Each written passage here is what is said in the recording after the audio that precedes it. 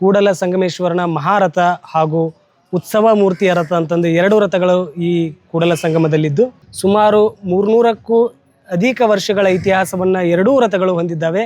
ಬಾಗಲಕೋಟೆಯಿಂದ ಬಂಗಾರ ಕಳಸವು 50 ಕಿಲೋಮೀಟರಿಂದ ಪಾದಯಾತ್ರೆಯನ್ನು ಮಾಡಿಕೊಂಡು ಈ ಕೂಡಲ ಸಂಗಮಕ್ಕೆ ತೆಗೆದುಕೊಂಡು ಬಂದದನ್ನು ಬದಲಾದ ಕಾಲದಲ್ಲಿ ಏನಾಗುತ್ತೆ, ಕೂಡಲ ಸಂಗಮೇಶ್ವರನ ಬಂಗಾರದ ಕಳಸವು ಸರ್ ದೇಸಾವರ ವಾಡೆಯಿಂದ ಏನಾಗುತ್ತೆ ಬಾಗಲಕೋಟೆಗೆ ಹೋಗುತ್ತೆ. ಆ ಕಳಸ ಏನಾಗುತ್ತೆ ಸರ್ ದೇಸಾವರು ಇರ್ಲಾರ್ದ ಟೈಮ್ನಲ್ಲಿ ಊರಿನಲ್ಲಿ ಇರ್ಲಾರ್ದ ಟೈಮ್ನಲ್ಲಿ ಏನಾಗುತ್ತೆ ಆ ಹತ್ತಿ ದಿಂಡಗಳನ್ನು ಏನು ಮಾಡ್ತಾರೆ ತೂಕಕ್ಕೆ ಅಂತಂದು ಏನು ಮಾಡ್ತಾರೆ ಬಾಗಲಕೋಟೆಗೆ ಕಳಿಸ್ತಾರೆ. ಬಾಗಲಕೋಟೆಯಲ್ಲಿ ಏನು ಮಾಡ್ತಾರೆ ನಾರಾರವರ ಅಂಗಡಿಯಲ್ಲಿ ಏನು ಮಾಡ್ತಾರೆ ಹತ್ತಿಯನ್ನು ಕಳಿಸ್ತಾರೆ, ಹತ್ತಿಯನ್ನು ತೂಕಕ್ಕೆ ಹಚ್ತಾರೆ. ಆವಾಗ ಏನಾಗುತ್ತೆ ಎಷ್ಟೋ ಅವರ ಅಂಗಡಿಯಲ್ಲಿರುವಂಥ ಕಲ್ಲುಗಳನ್ನು ಹಚ್ಚಿದರೂ ಕೂಡ ಆ ತೂಕ ಮೇಲೇಳಲ್ಲ. ಚೈತ್ರ ಮಾಸದ ಬಹುಳ ಪಂಚಮಿಯಂದು ಅಂದರೆ ದವನದ ಹುಣ್ಣಿಮೆಯಾದ 5ನೇ ದಿವಸಕ್ಕೆ ಏನು ಮಾಡ್ತಾರೆ ರಥೋತ್ಸವ ಮಾಡ್ತಾರೆ. ಒಟ್ಟಾರೆಯಾಗಿ ನಮ್ಮ ಊರ ಜಾತ್ರೆ ಏನಿರ್ತದೆ 9 ದಿವಸಗಳವರೆಗೆ ನಡೆಯುವಂಥ ಜಾತ್ರೆ. ಪ್ರಸ್ತುತ ಕಳಸ ಎಲ್ಲಿದೆ ಅಂತಂದರೆ ಬಾಗಲಕೋಟೆಯ ಜಿಲ್ಲಾ ಖಜಾನೆಯಲ್ಲಿ ಅದನ್ನು ಸೇಫ್ ಆಗಿ ಇಟ್ಟಿದ್ದಾರೆ. ಬಾಗಲಕೋಟೆ ಜನತೆ ಏನು ಹೇಳ್ತಾರೆ, ಇಲ್ಲ ಇದು ನಮಗೆ ಬಂದಂತಹ ಭಾಗ್ಯ, ನಾವು ನಿಮಗೆ ಕೊಡಲ್ಲ ಅಂತಂದು ಖಂಡಿತವಾಗಿ ಹೇಳ್ತಾರೆ.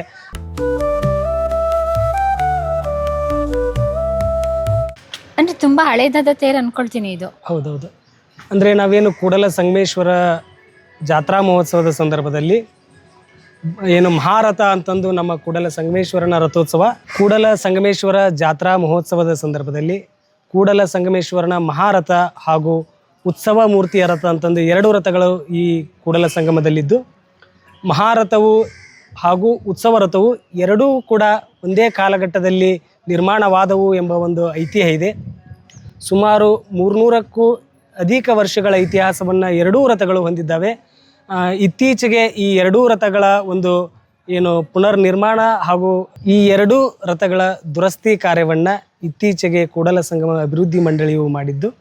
ಕೂಡಲ ಸಂಗಮ ಮಹಾರಥದ ಒಂದು ರಥೋತ್ಸವಕ್ಕೆ ಏನಾಗುತ್ತೆ, ಬಾಗಲಕೋಟೆಯಿಂದ ಬಂಗಾರ ಕಳಸವು 50 ಕಿಲೋಮೀಟರಿಂದ ಪಾದಯಾತ್ರೆಯನ್ನು ಮಾಡಿಕೊಂಡು ಈ ಕೂಡಲ ಸಂಗಮಕ್ಕೆ ತೆಗೆದುಕೊಂಡು ಬಂದದನ್ನು ತದನಂತರ ಏನು ಮಾಡ್ತಾರೆ ರಥೋತ್ಸವವನ್ನು ಪೂರೈಸಿ ತರುವಾಯ ಮತ್ತೆ ಏನು ಮಾಡ್ತಾರೆ ಅಂದರೆ ಅದನ್ನು ತಲೆಯ ಮೇಲೆ ಹೊತ್ತಿಕೊಂಡು ಪುನಃ ಪಾದಯಾತ್ರೆ ಮೂಲಕ ಒಂದು ಮರಳಿ ಒಪ್ಪಿಸುವ ಕಾರ್ಯ ಒಂದು ಏನು 250 ಹಾಗೂ 300 ವರ್ಷಗಳಿಂದಲೂ ಅದು ನಡೆದುಕೊಂಡು ಬಂದಿದೆ. ಇವಾಗಲೂ ಪಾದಯಾತ್ರೆ? ಹೌದೌದು, ಇವಾಗಲೂ ಚಿನ್ನದ್ದು. ಅಂದರೆ ಏನಿದೆ ಅಂತಂದರೆ ಕೂಡಲ ಸಂಗಮೇಶ್ವರನ ಬಂಗಾರದ ಕಳಸ ಮುಂಚೆ ಏನಾಗಿತ್ತು, ಅಮರಾವತಿ ರಕ್ಕಸ್ಗಿ ಈ ಎರಡೂ ಉಭಯ ಮನೆತನಗಳು, ವಿಶೇಷವಾಗಿ ರಕ್ಕಸ್ಗಿ ಮನೆತನದ ಸರ್ ದೇಸಾವರು ಏನು ಮಾಡಿದ್ದಾರೆ ಸಂಗಮನಾಥನಿಗೆಂದು ರಥೋತ್ಸವಕ್ಕಾಗಿ ಮಾಡಿಸಿದರೆಂದೊಂದು ಇತಿಹಾಸ ಇದೆ. ಅವಾಗ ಏನು ಮಾಡ್ತಿದ್ರು, ಅಮರಾವತಿಯಿಂದ ಏನು ಮಾಡ್ತಿದ್ರು ಬಂಗಾರದ ಕಳಸವನ್ನು ಕೂಡಲ ಸಂಗಮಕ್ಕೆ ತೆಗೆದುಕೊಂಡು ಬಂದು ರಥೋತ್ಸವದ ಸಂದರ್ಭದಲ್ಲಿ ಅದನ್ನು ಕೂಡ ಅವಾಗ ಏನು ಮಾಡ್ತಿದ್ರು ಪಾದಯಾತ್ರೆ ಮೂಲಕನೇ ತರ್ತಿದ್ರು. ಅಲ್ಲೇನೋ ಕಳಸದ ಕಟ್ಟೆಗಳಾಗಲಿ ಪಾದಗಟ್ಟೆಗಳ ಕುರುಹುಗಳು ಕೂಡ ಈಗ ನಮಗೆ ಸಿಗ್ತವೆ. ಬದಲಾದ ಕಾಲದಲ್ಲಿ ಏನಾಗುತ್ತೆ, ಕೂಡಲ ಸಂಗಮೇಶ್ವರನ ಬಂಗಾರದ ಕಳಸವು ಸರ್ ದೇಸಾವರ ವಾಡೆಯಿಂದ ಏನಾಗುತ್ತೆ ಬಾಗಲಕೋಟೆಗೆ ಹೋಗುತ್ತೆ. ಅದರ ಒಂದು ಕಥೆಯನ್ನು ಹೇಳಬೇಕಂತಂದ್ರೆ ಏನಾಗುತ್ತೆ, ಕೂಡಲ ಸಂಗಮದ ರಥೋತ್ಸವವನ್ನು ಭಕ್ತಿಪೂರ್ವಕ ಕಾಣಿಕೆಯಾಗಿ ಸರ್ ದೇಸಾವರು ಏನು ಮಾಡ್ತಾರೆ ಸಂಗಮನಾಥನಿಗೆ ಅರ್ಪಿಸ್ತಾರೆ. ಆ ಸಂದರ್ಭದಲ್ಲಿ ಏನಾಗಿರುತ್ತೆ ಅಂದರೆ ಬ್ರಿಟಿಷರ ಆಳ್ವಿಕೆಯ ಸಂದರ್ಭದಲ್ಲಿ ರಾಜಕಾರ ಹಾವಳಿ ಅಥವಾ ಏನು ದರೋಡೆಕೋರ ಹಾವಳಿ ಏನಿರ್ತದೆ ಅವರಿಂದ ಈ ಒಂದು ಕಳಸವನ್ನು ಸಂರಕ್ಷಿಸಬೇಕೆನ್ನುವ ನಿಟ್ಟಿನಲ್ಲಿ ಏನು ಮಾಡ್ತಾರೆ ಅಂದರೆ ಆ ಕಳಸವನ್ನು ಹಿಂದೆ ಏನು ಮಾಡ್ತಾರೆ ಅಂದರೆ ಹತ್ತಿ ದಿಂಡಲ್ಲಿ ಅದನ್ನು ಹಾಕಿ ಸಂರಕ್ಷಣೆ ಮಾಡಿಟ್ಟಿರ್ತಾರೆ. ಎಷ್ಟು kg ಬರುತ್ತೆ? ಸುಮಾರು ಅದನ್ನು ನಾವು ಒಂದು 50 kg ಸಮೀಪದಲ್ಲಿ ಒಂದು ಏನು ಅಳತೆಯನ್ನು ನಾವು ನೋಡ್ಬೋದು. ಅದು ಏನಂತಂದರೆ ಪಂಚಲೋಹದ ಕಳಸ ಆಗಿರುತ್ತೆ, ಹೌದಾ. ಅದಕ್ಕೆ ಮೇಲೆ ಬಂಗಾರದ ಲೇಪನ ಇರುತ್ತೆ. ವಿಶೇಷ ಏನಂತಂತಂದರೆ ಅದನ್ನು ಬಾಗಲಕೋಟೆಯಿಂದ ಸಂಗಮವರೆಗೂ ಪಾದಯಾತ್ರೆಯ ಮೂಲಕನೇ ತೊಗೊಂಬರ್ತಾರೆ, ಅದು ಕೂಡ ತಲೆ ಮೇಲೆ ಹೊತ್ಕೊಂಡೆ. ತದನಂತರ ಏನು ರಥೋತ್ಸವ ಮುಗಿದ ಮೇಲೂ ಕೂಡ ಏನು ಮಾಡ್ತಾರೆ ಮತ್ತೆ ತಲೆ ಮೇಲೆ ಹೊತ್ತುಕೊಂಡು ಮತ್ತೆ ಬಾಗಲಕೋಟೆಗೆ ಒಯ್ತಾರೆ. ಪ್ರಸ್ತುತ ಕಳಸ ಎಲ್ಲಿದೆ ಅಂತಂದರೆ ಬಾಗಲಕೋಟೆಯ ಜಿಲ್ಲಾ ಖಜಾನೆಯಲ್ಲಿ ಅದನ್ನು ಸೇಫಾಗಿ ಇಟ್ಟಿದ್ದಾರೆ. ಮುಂಚೆ ಏನಾಗಿತ್ತು ಅಂತಂದರೆ ವೀರನಾರಾಯಣ ದೇವರ ಗುಡಿ ಅಂತಂದು ಏನಂತಾರೆ ಯೋಗ ನಾರಾಯಣ ದೇವರ ಗುಡಿಯಲ್ಲಿ ಮುಂಚೆ ಇತ್ತು. ಕಳಸ ಬಾಗಲಕೋಟೆಗೆ ಹೇಗೆ ಬಂತಂತಂದರೆ ಯಾವಾಗ ಸರ್ ದೇಸಾಯಿಯವರು ಸಂರಕ್ಷಣೆಗೋಸ್ಕರ ಹತ್ತಿ ದಂಡಿನಲ್ಲಿಟ್ಟಿದ್ರು ಅಚಾತುರ್ಯದಿಂದ ಅಲ್ಲಿರುವಂತಹ ಅವರ ಮಕ್ಕಳಿಂದಾಗಲಿ ಅಥವಾ ಆಳುಮಕ್ಕಳಿಂದಾಗಲಿ ಏನಾಗುತ್ತೆ ಅಂತಂದರೆ ಆ ಕಳಸ ಏನಾಗುತ್ತೆ ಸರ್ ದೇಸಾಯಿಯವರು ಇರ್ಲಾರ್ದ ಟೈಮ್ನಲ್ಲಿ ಊರಿನಲ್ಲಿ ಇರ್ಲಾರ್ದ ಟೈಮ್ನಲ್ಲಿ ಏನಾಗುತ್ತೆ ಆ ಹತ್ತಿ ದಿಂಡಗಳನ್ನು ಏನು ಮಾಡ್ತಾರೆ ತೂಕಕ್ಕೆ ಅಂತಂದು ಏನು ಮಾಡ್ತಾರೆ ಬಾಗಲಕೋಟೆಗೆ ಕಳಿಸ್ತಾರೆ. ಬಾಗಲಕೋಟೆಯಲ್ಲಿ ಏನು ಮಾಡ್ತಾರೆ, ನಾರಾರವರ ಅಂಗಡಿಯಲ್ಲಿ ಏನು ಮಾಡ್ತಾರೆ, ಹತ್ತಿಯನ್ನು ಕಳಿಸ್ತಾರೆ, ಹತ್ತಿಯನ್ನು ತೂಕಕ್ಕೆ ಹಚ್ತಾರೆ. ಆವಾಗ ಏನಾಗುತ್ತೆ, ಎಷ್ಟೋ ಅವರ ಅಂಗಡಿಯಲ್ಲಿರುವಂಥ ಕಲ್ಲುಗಳನ್ನು ಹಚ್ಚಿದರೂ ಕೂಡ ಆ ತೂಕ ಮೇಲೇಳಲ್ಲ. ಇದು ಏನಿದೆ ಅಂತಂದು ಅದನ್ನು ತೆಗೆದು ನೋಡಬೇಕಾದಂದರೆ ಅವ್ರಿಗೆ ಏನಾಗುತ್ತೆ, ಏನು ಈ ಸಂಗಮೇಶ್ವರನ ಬಂಗಾರ ಕಳಸದ ಗಡಿಗೆಗಳೆಲ್ಲ ಒಂದು ಕಳಸ ಅವರಿಗೆ ಕಾಣುತ್ತೆ. ಆವಾಗ ಏನು ಮಾಡ್ತಾರೆ, ಇದು ಕಳಸ ನಮಗೆ ಬಂದಿದೆ ಅಂತಂತಂದು ಅವರು ತಮ್ಮಲ್ಲಿ ಇಟ್ಕೊತಾರೆ. ಈ ವಿಷಯ ಯಾವಾಗ ಏನು ಸರ್ ದೇಸಾಯಿ ಅವರಿಗೆ ಮುಟ್ಟುತ್ತೆ, ಅವರು ಬಂದು ಅವ್ರು ಏನು ಮಾಡ್ತಾರೆ, ನಮ್ಮ ಕಳಸ ನಮಗೆ ಕೊಡ್ರಿ ಅಂತಂದು ಅವ್ರು ಕೇಳ್ತಾರೆ. ಬಾಗಲಕೋಟೆ ಜನತೆ ಏನು ಹೇಳ್ತಾರೆ, ಇಲ್ಲ ಇದು ನಮಗೆ ಬಂದಂತಹ ಭಾಗ್ಯ, ನಾವು ನಿಮಗೆ ಕೊಡಲ್ಲ ಅಂತಂದು ಖಂಡಿತವಾಗಿ ಹೇಳ್ತಾರೆ. ಆವಾಗ ಸರ್ ದೇಸಾಯಿ ಅವರು, ನಾವು ನಿಮಗೆ 7 ಕೊಡದಷ್ಟು ಬಂಗಾರವನ್ನು ಕೊಡ್ತೇವೆ, ನೀವು ನಮಗೆ ಆ ಕಳಸವನ್ನು ಕೊಡಿ, ಯಾಕಂತಂದರೆ ಇದು ನಮ್ಮ ಮನೆತನದ ಪ್ರತೀಕವಿದೆ, ಕೂಡಲ ಸಂಗಮೇಶ್ವರ ಜಾತ್ರಾ ಮಹೋತ್ಸವದ ಒಂದು ಏನು ಬಹುದೊಡ್ಡ ಒಂದು ಪ್ರತೀಕವಾಗಿದ್ದು ಇದನ್ನು ನಮಗೆ ಕೊಡಬೇಕಂತಂದು ಕೇಳಿದಾಗ ಬಾಗಲಕೋಟೆ ಜನರು ಕೂಡ ಆವಾಗ ನಿರಾಕರಿಸ್ತಾರೆ. ಅವಾಗ ಏನು ಮಾಡ್ತಾರೆ, ಕಲಾದಗಿ ಮಹಾಸಂಸ್ಥಾನ ಇರುತ್ತೆ, ಕಲಾದಗಿ ಮಹಾಸಂಸ್ಥಾನಕ್ಕೆ ಇದನ್ನು ಕೋಟಿಗೆ ಹಾಕ್ತಾರೆ. ಕೋಟಿಗೆ ಹಾಕಿದಾಗ ವ್ಯಾಜ್ಯ ಆಗುತ್ತೆ. ವ್ಯಾಜ್ಯ ಆದ ನಂತರ ಏನಾಗುತ್ತೆ ಅಂದರೆ ತೀರ್ಪು ಏನಾಗುತ್ತೆ, ಬಾಗಲಕೋಟೆ ಜನತೆಯ ಪರ ಬರುತ್ತೆ.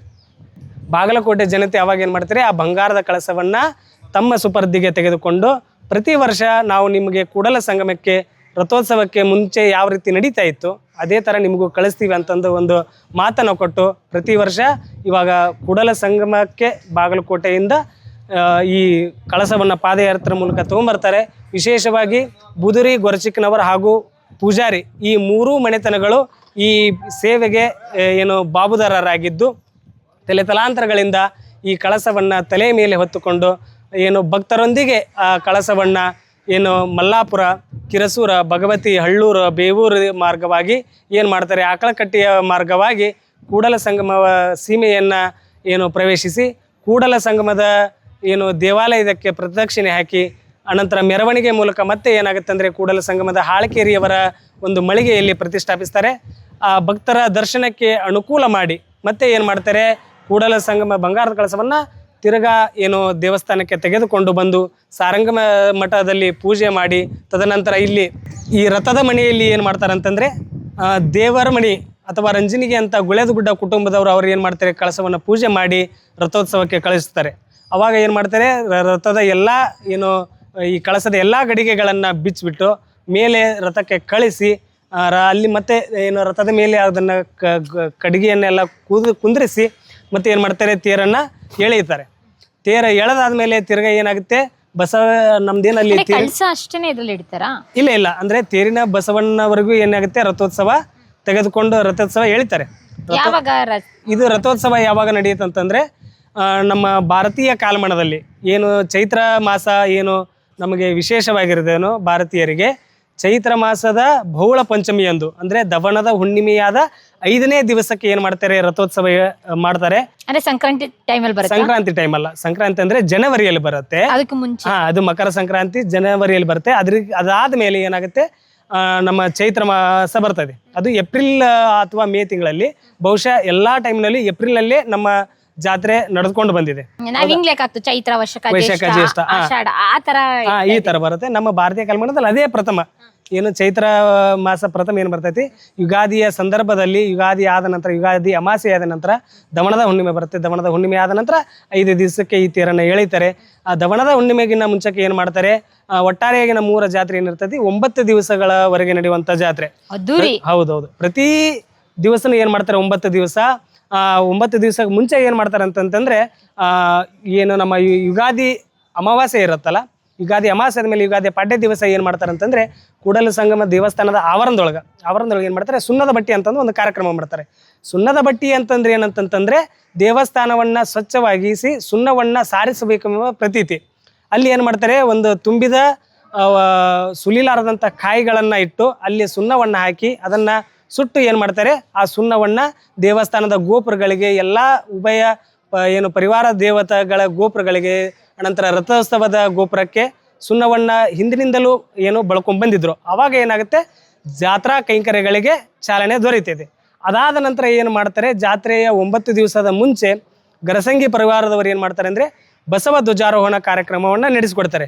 ಅವರ ಮನೆಯಲ್ಲಿ ಹಿಂದಿನ ದಿವಸ ಏನು ಮಾಡ್ತಾರೆ, ಏನು ಬಸವ ಧ್ವಜವನ್ನು ಪೂಜೆ ಮಾಡಿ ಇಲ್ಲಿರುವಂಥ ಪಾದಗಟ್ಟಿಯ ಒಂದು ಬೇವಿನ ಗಿಡದ ಮೇಲೆ ಒಂದು ಬಿಳಿ ವಸ್ತ್ರವಾದಂಥ ಒಂದು ಬಿಳಿ ಧ್ವಜವನ್ನು ಬಸವ ಧ್ವಜ ಅಂತಂದು ಇದನ್ನು ಮಾಡಿ ಅದನ್ನು ಬಸವ ಧ್ವಜವನ್ನು ನೆರವೇರಿಸ್ತಾರೆ.